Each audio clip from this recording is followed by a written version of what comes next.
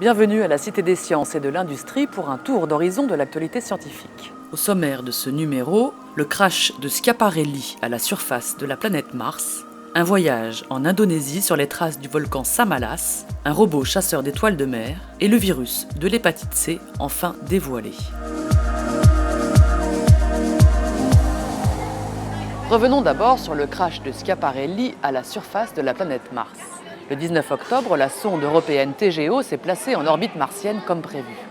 Mais le module Schiaparelli, qui devait atterrir en douceur sur le sol de la planète rouge, s'est vraisemblablement crashé.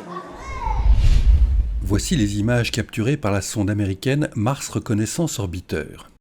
Celle-ci a été prise le 29 mai dernier.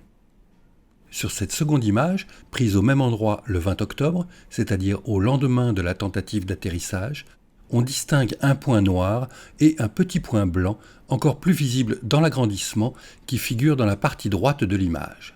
Le point blanc est sans doute le parachute et la tache noire le site de l'impact. Cette tache sombre et floue de 15 mètres sur 40 est vraisemblablement tout ce qu'il reste de Schiaparelli, brisé en plusieurs morceaux. Plusieurs raisons sont avancées pour expliquer ce crash. Le parachute se serait ouvert ou détaché du module plus tôt que prévu, et les moteurs n'auraient pas fonctionné assez longtemps. Des images plus précises et de nouvelles données devraient arriver dans les jours à venir. Affaire à suivre.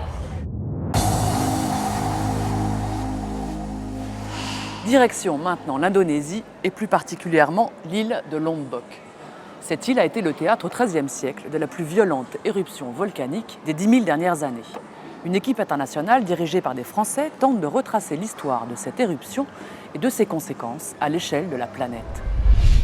L'intérêt des scientifiques pour le volcan de l'île de Lombok débute en 1988 par une énigme. Des carottes de glace prélevées aux deux pôles de la planète présentent une même anomalie. Un pic d'acidité à des profondeurs de glace correspondant à une année proche de 1259. Les glaciologues évoquent à l'époque une gigantesque éruption volcanique.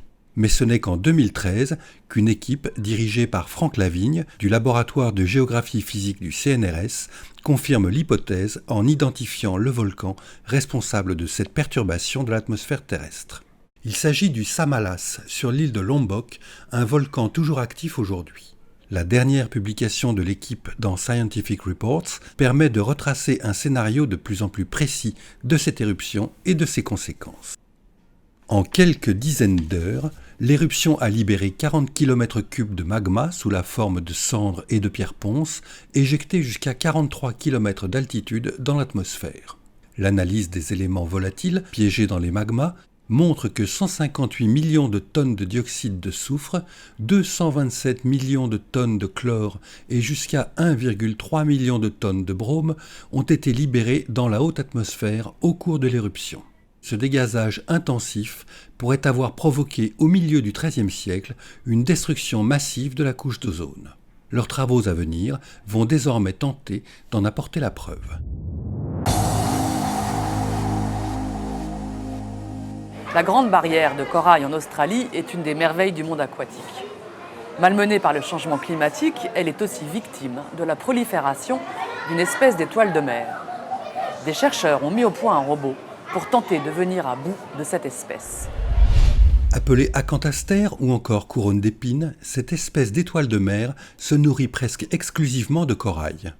Dotée de piquants venimeux, elle n'a que très peu de prédateurs et comme chaque femelle produit plusieurs dizaines de millions d'œufs par saison, l'espèce prolifère. 40% de la destruction des coraux de la Grande Barrière de Corail australienne est due à cette espèce.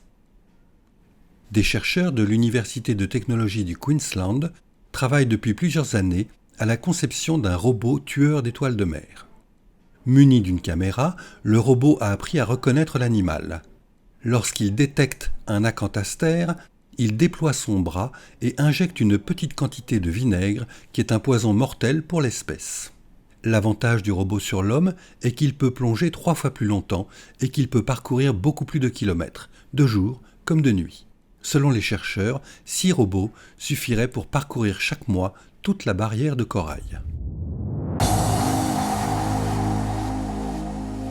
Environ 150 millions de personnes dans le monde sont atteintes par le virus de l'hépatite C.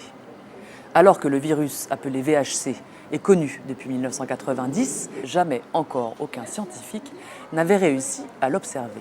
Le 19 octobre, une équipe de l'INSERM a réalisé cet exploit.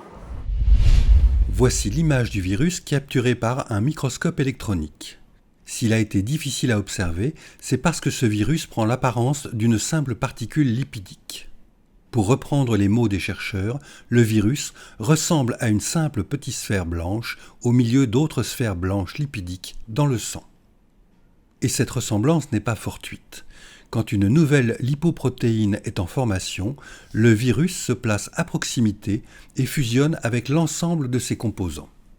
La stratégie de camouflage adoptée par ce virus lui permet non seulement d'infecter plus facilement les cellules en se rendant moins détectable par le système immunitaire, mais c'est aussi cela qui l'a rendu quasiment indétectable à l'observation.